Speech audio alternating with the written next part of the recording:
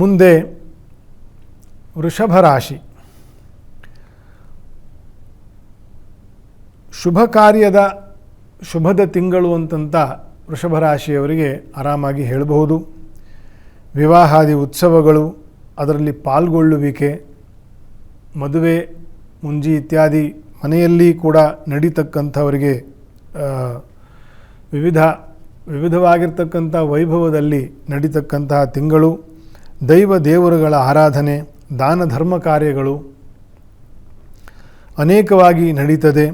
ವಾಸ ಭೂಮಿ ಮತ್ತು ಭೂ ಸಂಬಂಧಿ ಇರತಕ್ಕಂಥ ವ್ಯವಹಾರಗಳು ಸ್ವಲ್ಪ ನಿಧಾನವಾದರೂ ಕೂಡ ಅದರಲ್ಲಿ ಪ್ರಗತಿ ಇದೆ. ಅದನ್ನು ಪ್ರಯತ್ನ ಮಾಡ್ತಾ ಮುಂದೆ ಹೋಗಬಹುದು.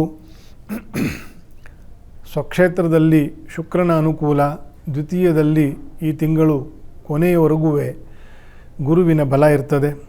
ಹಾಗಾಗಿ ಆದಾಯಕ್ಕೆ ಏನು ತೊಂದರೆ ಇರೋದಿಲ್ಲ, ಖರ್ಚಿಗೂ ಏನು ಕಡಿಮೆ ಇರೋದಿಲ್ಲ.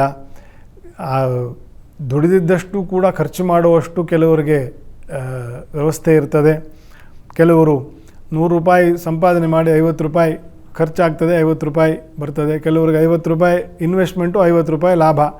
ಒಂದು ಎಷ್ಟು ಮಾಡಿರ್ತೀರೋ ಅಷ್ಟು ಆ ರೀತಿ. ಅಂದರೆ ಯಾರಿಗೂ ಕೂಡ ಲಾಸ್ ಅಂತ ಏನು ಆಗೋದಿಲ್ಲ.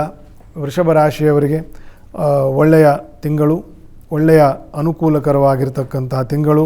ಶ್ರೀನಿವಾಸ ದೇವರು, ಭೂವರಾಹ ಸ್ವಾಮಿ ಇವರ ಉಭಯ ಮೂರ್ತಿಗಳ ದರ್ಶನ, ಯಥಾಶಕ್ತಿ ಪ್ರಾರ್ಥನೆ, ತುಳಸಿ ಅರ್ಚನೆಗಳನ್ನು ಮಾಡಿ ಅವನ ಕೃಪೆಗೆ ಪಾತ್ರರಾಗಬೇಕು.